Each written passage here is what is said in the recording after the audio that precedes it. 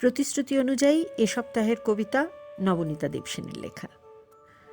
কবিতা পাহাড়, কলমে নবনীতা দেবসেন, কণ্ঠে নীলাঞ্জনা।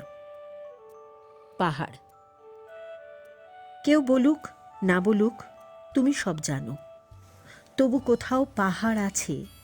ছোট কথা, বড় কথা, ছোট দুঃখ, বড় বেদনা, সব ছাড়িয়ে মস্ত এক হাসির পাহাড়।